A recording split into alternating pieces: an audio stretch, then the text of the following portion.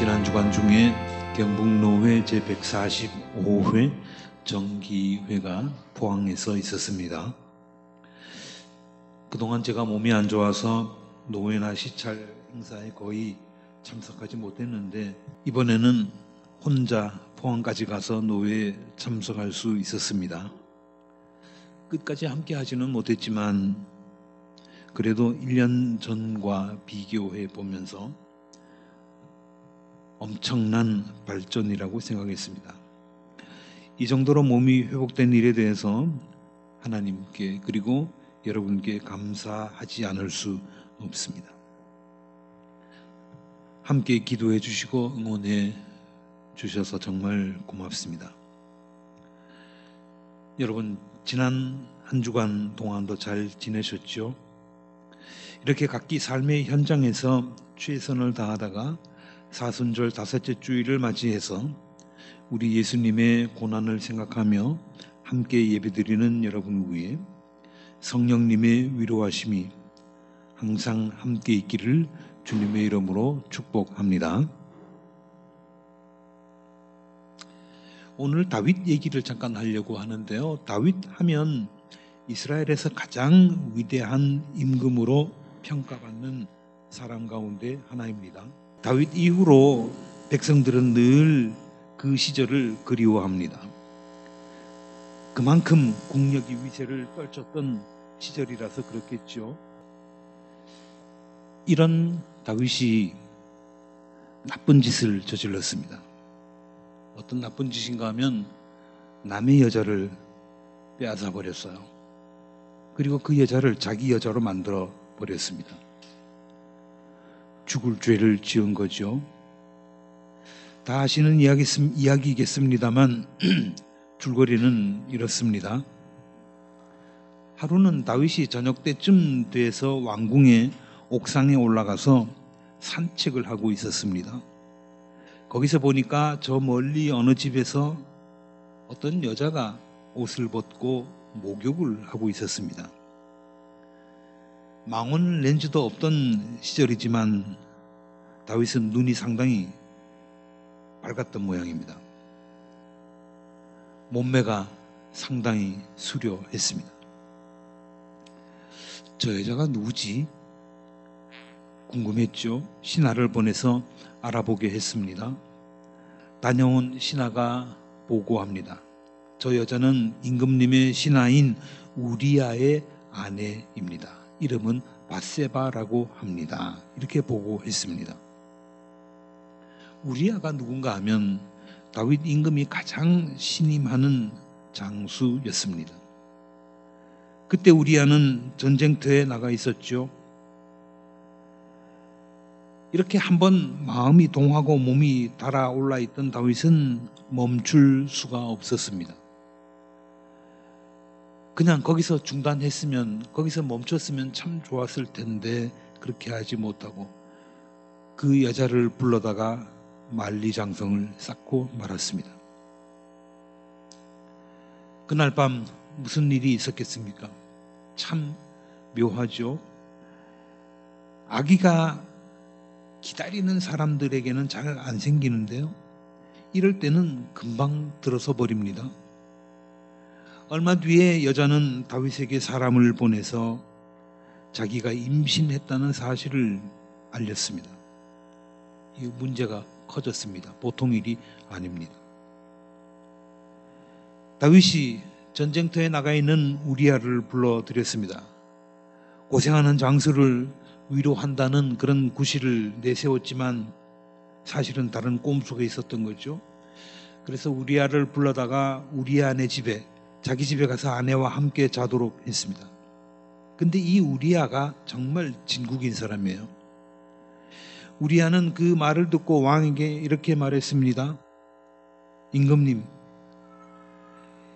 저의 상관이신 요압 장군과 임금님의 모든 신하가 벌판에서 진을 치고 있습니다. 그런데 어찌 저만 홀로 집으로 돌아가서 먹고 마시고 나의 아내와 잠자리를 같이 할 수가 있겠습니까? 나의 상관은 물론이고 나의 동료들, 부하들 모두 전쟁터에서 죽을지 살지 모르면서 싸우고 있는데 어떻게 저 혼자만 편안하게 집에 가서 먹고 자고 호강을 하며 또 아내와 잠자리를 같이 할 수 있겠습니까? 이렇게 말하면서 집에 들어가지 않았습니다. 참 일이 난감해졌습니다. 그날 우리아가 집에 가서 잤으면 그래서 아기가 태어난 거야 이렇게 둘러대며 궁지에서 벗어날 수 있었겠지만 다윗은 그런 심산이었지만 완전히 틀어져 버렸습니다. 이런 경우에 여러분 같으면 어떻게 하시겠습니까? 다윗은 우리아의 상관인 요압에게 편지를 써서 보냈습니다. 뭐라고 써서 보냈는가 하면 전투가 가장 치열한 전선의 선두에 우리아를 배치해라. 이거 왜 그렇겠습니까? 빨리 죽게 하라 그거죠. 그리고 나머지는 뒤로 빠져버려라. 이렇게 지시했습니다. 결과는 뻔하죠. 권력자가 죽이려고 덤벼드는데 그거를 누가 피하겠습니까? 누가 막겠습니까? 성경에 보면 사람들이 죄를 짓는 모습이 곳곳에 나오죠. 그때마다 하나님은 일벌백계로 죄인을 다스립니다. 죄 짓는 거를 그냥 그대로 놔두면 다른 사람들도 나도 저렇게 해도 되나 보다 하고 따라서 죄 지을 거 아니에요. 그래서 그렇게 하면 안 돼 하면서 단호하게 처벌을 하시는데 가장 먼저 나오는 사례가 아담과 하와 이야기 아닙니까? 잘 아시죠? 아담과 하와가 에덴 동산에서 하나님의 명령을 어기고 금지된 열매를 먹었죠. 그 후에 그들은 동산에서 쫓겨나고 죽음이라고 하는 결과를 맞이하게 되었습니다.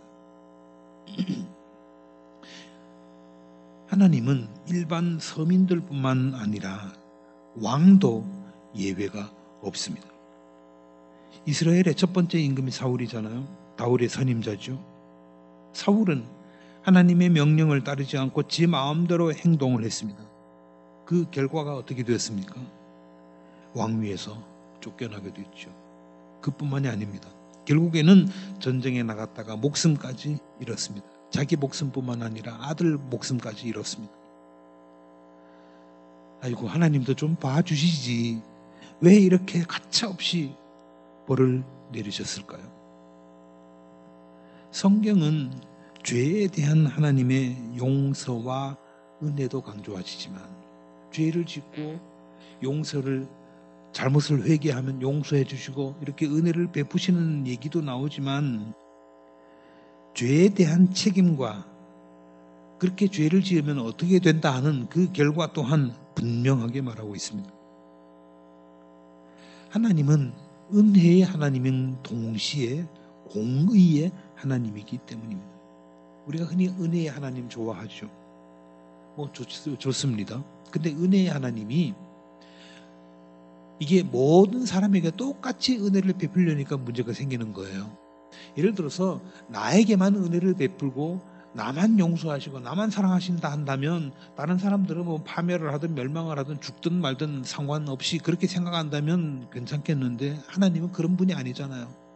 나만 사랑하시는 것이 아니라 내 옆집 사람도 내 이웃 사람도 내 다른 동네 사람들도 함께 똑같이 사랑하신다는 거예요. 그래서 이걸 가리켜서 우리가 공의의 하나님, 나만을 위한 정의의 하나님이 아니라 공동의 정의를 위한 하나님, 그게 공의의 하나님입니다. 이쯤 죄를 지었으면 다윗도 죽어야 마땅합니다. 그런데 다윗은 그나마 복 있는 사람이었어요.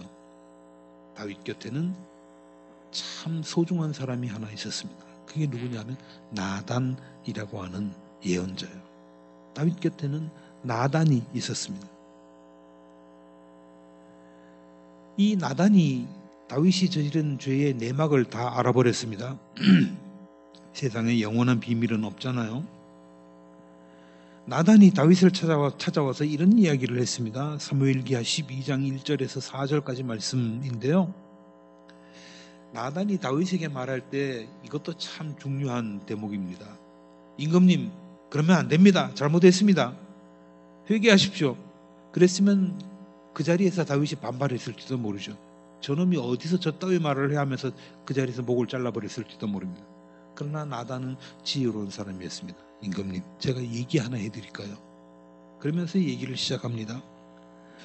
어떤 성읍에 두 사람이 살았습니다. 한 사람은 부유하였고 한 사람은 가난하였습니다. 그 부자에게는 양과 소가 아주 많았습니다. 그러나 그 가난한 사람에게는 사다가 키우는 어린 암양 한 마리밖에는 아무것도 없었습니다. 그렇잖아요. 부자는 뭐 소, 양 셀 수 없이 많이 가지고 있겠죠. 그러나 가난한 사람은 겨우겨우 돈 마련해가지고 사다가 키우는 암양 한 마리밖에 없었습니다. 그는 이 어린 양을 자기 집에서 길렀습니다. 그래서 그 어린 양은 그의 아이들과 함께 자랐습니다. 자식처럼 이렇게 자랐습니다. 어린 양은 주인이 먹는 음식을 함께 먹고 주인의 잔에 있는 것을 함께 마시고 주인의 품에 안겨서 함께 잤습니다. 이렇게 그 양은 주인의 딸과 같았습니다.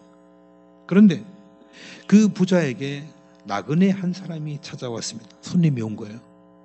그 부자는 자기를 찾아온 손님을 대접하는데 자기의 양떼나 소떼에서는 한 마리도 잡기가 아까웠습니다. 그래서 부자가 됐겠죠. 그래서 그는 그 가난한 사람의 어린 암양을 빼앗아다가 자기를 찾아온 사람에게 대접하였습니다. 참 몰상식한 부자 아닙니까? 천하의 나쁜 인간이죠. 다윗은 몹시 분개하면서 말했습니다. 주님께서 확실히 살아계심을 두고 맹세하지만 그런 일을 한 사람은 죽어야 마땅하다. 또 그가 그런 일을 하면서도 불쌍히 여기는 마음이 전혀 없었으니 그는 마땅히 그 어린 암양을 4배로 갚아주어야 한다. 세상에 그런 나쁜 놈이 어디 있어? 응? 이런 나쁜 놈 같으니라고 화를 벌벌 냈습니다. 그때 나단이 다윗에게 말합니다. 뭐라고 했을까요? 임금님이 바로 그 사람입니다. 임금님이 바로 그 사람입니다. 다윗은 그래도 머리가 잘 돌아가는 사람이었습니다. 임금님, 당신이 바로 그 사람이요 하는 이 말이 무슨 소리인지 금방 알아듣고는 그 자리에서 죄를 자백했습니다. 그리고 회개했습니다. 내가 죽을 죄를 지었습니다. 내가 죽을 죄를 지었습니다. 여러분은 이 이야기에서 어떤 교훈을 얻으셨습니까? 다윗과 밧세바 그리고 나단이 등장하는 이 드라마에서 어떤 교훈을 얻었습니까? 자, 예를 들어서 이런 생각을 할 수 있겠죠. 남의 아내를 빼앗으면 벌을 받는다. 남의 아내를 빼앗으면 벌을 받는다. 물론 훌륭한 교훈이죠. 그렇지만 핵심은 아닙니다. 그리고 큰일을 하는 사람에 대해서는 그의 사소한 잘못은 덮어주어야 한다. 그런 생각도 할 수 있잖아요. 뭐 임금이 그런 사소한 잘못 좀 하나 덮고 국정만 잘 운영하면 되지, 나라만 부강시키면 되지, 백성들만 잘 먹여 살리면 되지, 뭐 그까짓 거 용서해 줘야지 되지 않겠어? 이거는 대단히 위험한 생각입니다. 그리고 또 하나, 손바닥도 마주 부딪혀야 소리가 난다는데 밧세바도 잘한 거 없지 않아? 이런 생각을 가지는 사람이 있을 수 있죠. 그렇지만 이것도 이야기 흐름과 동떨어진, 이거는 2차 가해예요. 밧세바가 임금이 불러도 목숨 걸고 안 가야지 왜 거기에 쫓아가 쫄래쫄래 쫓아가가지고 같이 죄를 지어? 이렇게 피해자에게 책임을 돌리는 이런 일이 이 시대에도 우리 주변에도 종종 있습니다. 그러나 그거는 굉장히 조심해야 될 일입니다. 자, 이 이야기에서요, 가장 관심을 가지고 보아야 할 사람은 누구냐 하면 예언자 나단입니다. 예언자 나단이에요. 권력자의 죄를 정면에서 대놓고 지적했죠. 말은 부드러웠지만 얼마나 매서운 지적입니까? 이거는 목숨 내놓지 않으면 할 수 없는 일입니다. 천하의 충신 우리아까지 죽인 다윗인데 그까지 예언자 한 사람쯤 날려버리는 것 식은 죽 먹기 아니겠어요? 그럼에도 불구하고 나단은 다윗을 꼼짝 못하게 만들었습니다. 자, 다른 얘기를 잠깐 하죠. 엊그제 오늘이 17일이고 어제 16일, 엊그제 15일이 3월 15일이 지나갔죠. 3월 15일이 우리나라 역사에서 기억할 만한 날입니다. 1960년 3월 15일, 1960년 3월 15일 이승만이 대통령이었을 시절인데 이승만 씨가 부정선거를 저질렀습니다. 가만히 낌새를 보아하니까 정상적으로 선거를 해가지고서는 안 될 것 같거든요. 그래서 부정선거를 저질렀습니다. 그날 자유당과 이승만은 곳곳에서 공개 투표를 시켰습니다. 눈으로 뻔히 보면서 누구 찍나 보면서 시켰다는 거예요. 공무원들을 시켜가지고 이승만을 찍은 무더기표를 투표함에다가 넣었습니다. 제가 거짓말하는 것 같죠. 역사적인 사실입니다. 밤에 개표할 때 갑자기 전기가 팍 나가더니만 투표함이 바뀌어버립니다. 대리 투표, 표 바꾸기, 투표함 바꿔치기 등등 무지막지하게 선거 부정을 저질렀습니다. 당시 야당은 즉시 부정선거를 선언했죠.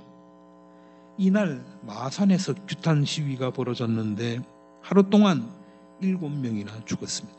7명이 죽었어요. 우리가 흔히 뉴스를 볼 때 몇 명이 죽었다 하잖아요. 뭐 7명이 죽었다 또는 뭐 10명이 죽었다 20명이 죽었다 할 때 죽었나 보다 하죠. 그러나 그 죽은 한 사람 한 사람의 사정을 들여다보면 7명, 그냥 7명이 숫자 7이 아니에요. 우리야 같은 사람이 7명이 죽은 겁니다. 우리야 한 사람이 죽은 것도 하나님이 보시기에 어마어마하게 큰 무지무지하게 중대한 사건인데 7명이 죽었어요. 그리고 부상한 사람이 72명입니다. 그날 하루. 본격적인 4.19 얘기가 아니에요. 3.15 부정선거 당일. 이 일이 일파만파 커져서 4.19가 일어났죠. 그 결과 대통령이 권좌에서 쫓겨났습니다. 일각에서는 아직까지도 이승만을 가리켜서 우리나라 민주주의의 기초를 놓은 대통령이다 이렇게 말합니다. 그렇게 평가해요. 그런데 이게 민주주의의 기초를 놓은 겁니까? 민주주의의 기초를 송두리째 뽑아버린 짓이죠. 만약에 이승만 대통령 주변에 그 옆에 측근에 나단과 같은 사람이 있었다면 그렇게 비참하게 쫓겨나는 사태까지는 안 일어났을 겁니다. 대통령님, 안 됩니다. 그렇게 하는 것은 민주주의를 짓밟는 행위입니다. 그래서는 안 됩니다. 그만두십시오. 중단하십시오. 이렇게 충원해서 멈추게 했더라면 얼마나 좋았겠습니까? 그러나 불행하게도 이승만 대통령 주변에는 그런 사람이 하나도 없었습니다. 재미있는 에피소드가 하나 있는데요. 제1공화국, 이승만 대통령이 집권하던 그 시절을 제1공화국이라고 하는데 제1공화국 말기에 국회에서 대정부 질문이 있었습니다. 그때 민주당의 유오구라고 하는 사람이 국회의원이 질문을 하는 순서였어요. 당시에 답변하러 나온 국무위원이 누구냐 하면 이콩이라고 하는 내무부 장관이었습니다. 내무부 장관이 이콩이었는데 이콩 장관한테 국회의원이 이런 말을 했습니다. 하도 잘못을 시인하지 않고 이승만 편만 드니까 이런 얘기를 했어요. 뭐라고 했는가 하면 당신은 이승만 대통령이 방귀를 뀌면 옆에서 각하 시원하시겠습니다. 이렇게 말할 인물이요. 그랬습니다. 근데 우리가 흔히 이승만 대통령이 방귀를 끼니까 옆에 있던 장관이 각하 시원하시겠습니다 이렇게 했다 하는 게 사실인 것처럼 얘기가 돌고 있지만 그게 사실인지 아닌지는 확실히 확인할 방법은 없습니다. 그렇지만 국회 속기록에 의하면 이콩 장관이 그렇게 했을 거다 하는 의원의 주장이에요. 그만큼 대통령 주변에 아첨꾼들만 득실거렸다는 이야기입니다. 어쨌든 우리나라 국민들 참 대단하죠. 대통령이고 뭐고 안 봐줍니다. 잘못을 저지르면 여지없이 쫓아내버립니다. 참 자랑스러운 시민의식이에요. 자, 우리가요 사람이나 어떤 사건을 평가할 때 어디에 가장 주목해야 되냐 하면 아까 우리가 주목할 인물 나단을 들었지만 사실은 나단보다 누구에게 주목해야 되냐 하면 그 일로 피해를 본 사람을 생각해야 됩니다. 가장 먼저 생각해야 돼요. 이 사건에서 피해자가 누굽니까? 밧세바죠. 그리고 우리아 아닙니까? 밧세바보다 우리아죠. 이게 하나님의 방식이에요. 밧세바 사건의 가장 큰 피해자는 우리아입니다. 얼마나 억울합니까? 자, 이제 4.19로 이제 지나왔는데 4.19 때 이승만 때문에 죽은 사람이 183명이에요. 183명, 그냥 숫자 183명으로 생각하지 마시기 바랍니다. 천하보다 더 소중한 생명, 어떤 그 누구보다도 드라마틱한 인생을 가진 183명이나 되는 사람이 죽었습니다. 부상자가 6,259명이었습니다. 대단하죠. 근데도 아직까지도 이승만을 찬양하는 사람이 있어요. 뭐 공도 있고 과도 있지 않냐 그럽니다. 물론 있겠죠. 박정희 전두환도 마찬가지입니다.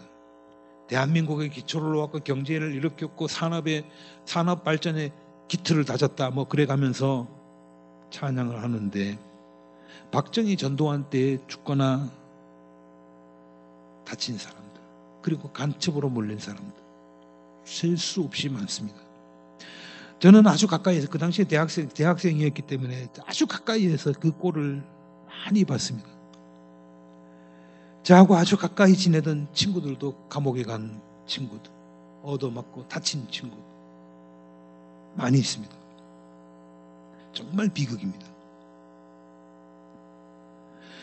우리나라에도 나단 같은 예언자가 시대마다 한둘씩만 있었다면 그런 비극은 훨씬 적었을 것입니다.